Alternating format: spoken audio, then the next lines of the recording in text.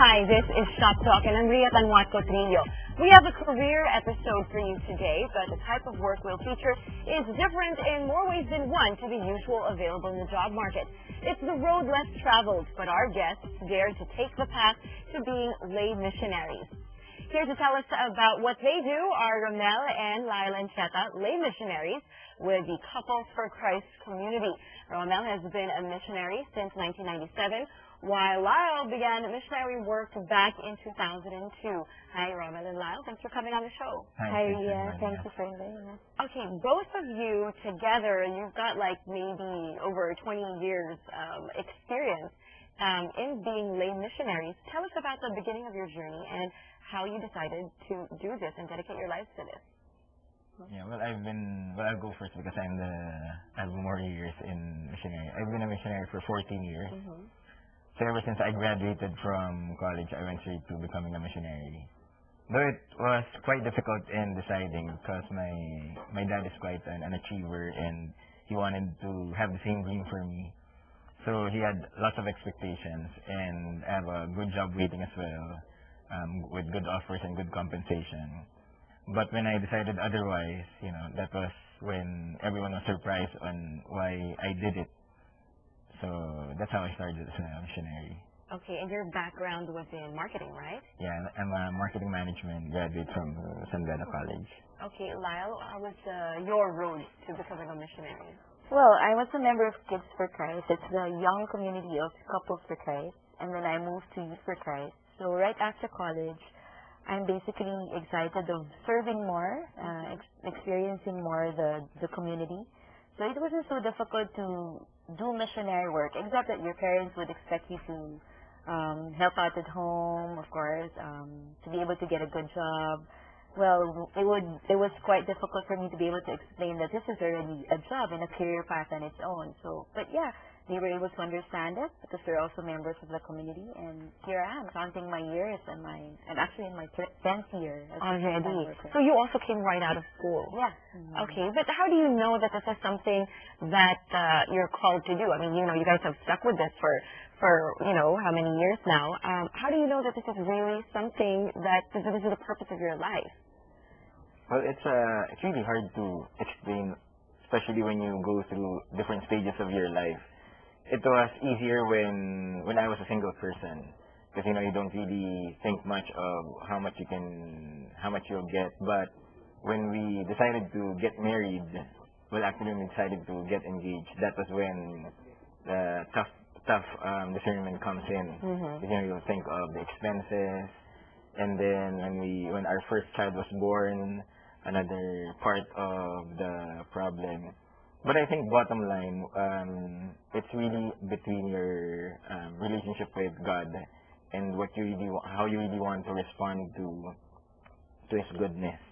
And the reason is very personal that I don't think anyone can easily understand. Right. Was it the same for you, Lyle? You just knew. I just knew it because I've been in community Youth for Christ for about I've attended a lot of conferences. I was able to really experience Jesus in so many ways. And it wasn't so difficult because I knew that it was the calling that I had to respond to. And when God calls you, you can never escape that call. And I just knew that it was the best way to serve, and that was the best way to give it back, both to Him and to my family. Okay, so what exactly is involved in your work? When you say you do missionary work, what does that entail? Well, it basically entails propelling the vision of the community. The vision of Couples for Christ is families in the Holy Spirit, renewing the face of the earth. So it's basically propelling that vision through our personal encounters and with the respective ministries that we are assigned into. So when we were international coordinators of YFC last year, our goal was basically to educate the young into having a deeper relationship with Christ. So that's basically what we do every day. We develop teachings, we develop programs and creative programs that will make them interested into being with the community. That actually sounds like a lot of fun, making activities for young people and bringing them closer to God and deepening their spirituality. Yeah, it actually is. A lot of people actually have a misconception of what we do as a missionary. They think that they equate us with priests or with clergies who just praise every day and do a lot of stuff. But I must say that it's really exciting being a missionary. You get to talk to people every day. You get to develop different programs every day. Yeah. And you guys get to travel a lot. Tell me about your travel. Since we were YFC coordinators, we are in charge of handling all the different the presence of YFC in different countries. So, just like what we said, Couples for Christ in 111 countries. As international coordinators, we get to travel, meet Couples for Christ in that country, and do conferences, events, formations, and trainings for them. And you get to go to Disneyland too. Yeah. I see. Yeah. I guess it's one of the perks of being a missionary. You get to travel. I think that's one of the greatest blessings when we said yes to this work. Just like what Rommel said, people thought it was a boring job. It was a job that you are just confined to do within the church. But I think mission is everywhere. Mission, doing work to other people is an everyday job that needs to be done. And it's not even something that we expected to do when we became missionaries. Like for me, when I started as a missionary, we didn't even have an idea that we would be able to travel outside the Philippines. It just dawned on us when we were serving, I think after a year or two, when we were already assigned to go somewhere else to start YFC or to start Couples for Christ in that country. Yeah, you guys have been everywhere. I'm just looking at these pictures. It's like every major landmark or tourist spot of the world. Yeah. You guys have been fortunate enough to visit. Yeah. Right. What would you say are your most unforgettable experiences in your work, especially in your travels? Well, for me, the most unforgettable one was when I was able to bring my son to the mission. It was hard bringing my 3 or 4 month old baby to mission. You give off carrying your child there. But it was very fulfilling because the community would really see how a family does this work. And that's what Couples for Christ does. Our goal is to renew families, and we want to be that first model and witness of a family doing God's work. And I think that's one of the fulfilling jobs we have been done so far. Yeah. Well, mine would probably be my trip in Mongolia. I was in there, I think, 1999 to start CFC. Mm-hmm. And, one of my dreams when I was very young was to, just to see a snow. Because we don't have it in the Philippines. Right.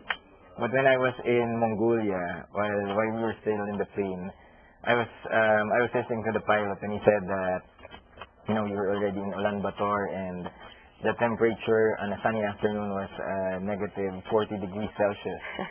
So when I looked at my window, it was all white, and I wasn't even prepared for that kind of temperature. And the reason why it was very memorable for me, because I think it was the only country that I went to that nobody understood me at all. Not a single person spoke English. Yeah, so I needed a translator everywhere I go. And to anyone I talked to, I needed a translator. So it was quite difficult. But it was very challenging. And in the end, you'll know that, that it's not you who did the job, because, if it was just me, I don't think they would understand me at all. All right, you wouldn't have gotten through that. Yeah. You also been to Africa. That must have been another amazing experience. Yeah. Well, before I went to Africa, we were educated about its background. And I was not really prepared with what I heard. For example, the rates of AIDS in Africa. They say that for every 23 seconds, someone gets raped in Africa. And I had women missionaries with me, so I had the tendency to protect them, and I really lost a lot of weight as well in Africa because I had to adapt to what they eat and to when they eat. Unlike here in the Philippines, we eat 5 times or 6 times a day. Eating all the time. Yeah, we eat all the time. But there, since you wanted to be one with the Africans, and you eat what they eat, even if you don't like it, or even if you don't know what they're eating. So that's better not to know, though. Yeah, as long as you bless it, and that's it. How long were you there for? I was there for a year. A whole year? Yeah. Which countries?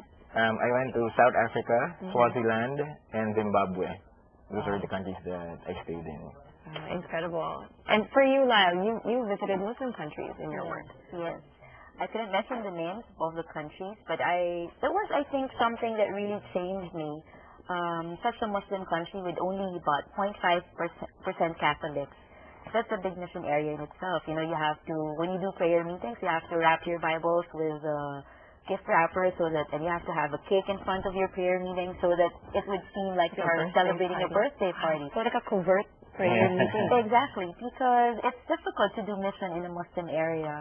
You're really prevented from doing God's work outside your homes, and you just really have to do it even if it's difficult, because I responded to it. It was a call. Were you afraid, when you were doing this work there? Yes, of course, but at the end of the day, you have a good community there who takes care of you. At the end of the day, you know that whatever it takes, you want to serve the Lord, and this is just what you wanted to do, and nothing can stop that, nothing can change that. And how long were you in those areas for? I was there for about 8 months, and then I moved back because of some problems with the visa arrangements. Because again, the difficulties and the challenges of mission that you also have to deal with other organizations, with other groups. Right. I even remember when I was in Africa, because we went on mission in the same year that you were already in the relationship. When I heard that when she was in, in a Muslim country. Yeah, in a Muslim country, she actually got caught because you're not allowed to be there as a missionary. So her visa was more of a. What was her visa? Domestic helpers visa. Yeah. But eventually she got caught about what she was doing. Okay. So she got into a lot of trouble. Yeah. Yeah, maybe you can talk about that. Yeah, but we just had to find a way to fix her visa so that we could continue work. Work was supposed to be 3 months. But yeah, because of something happened within the church that there's this group was very much envious of what we do in the community, and that so our visas were automatically canceled right there and then. And in that country, the major punishments that you get if you violate visa arrangements is for you to get whipped and to get whipped severed and lashed several times. And okay. He was very fearful for me, and he was telling me, go back to the Philippines, stop mission there. But I was personally insistent in telling them that I had to do this. If this is what I need to do to just serve, then... You were ready to be whipped and lashed? In my prayer time, I would cry and ask God why. But a part of me tells me, if this is what you want, then so be it. That's what conviction in my mission is. So when I left the Philippines and do mission there, I knew that that's what I wanted to do. Okay, so this is fascinating. What happened in the end, though? I mean, were you able to fix the situation, or you went back to the Philippines and you did not have to undergo the lashing? No, you didn't have to go that. Everything was taken care of by the church in that country, and I was able to go back safe. But of course, there were issues like when you pass the immigration, your passport is blinking there somewhere. But they said I couldn't return until my name would be changed. So when I got married, I knew that I can go back to that country again. Because you'd be going under a different name. Yes, just gotta go. Yeah. Okay. Well, we have so much more to talk about, more on the lives of Rommel and Lyle as lay missionaries after this break. Keep it here. Shop Talk will be right back.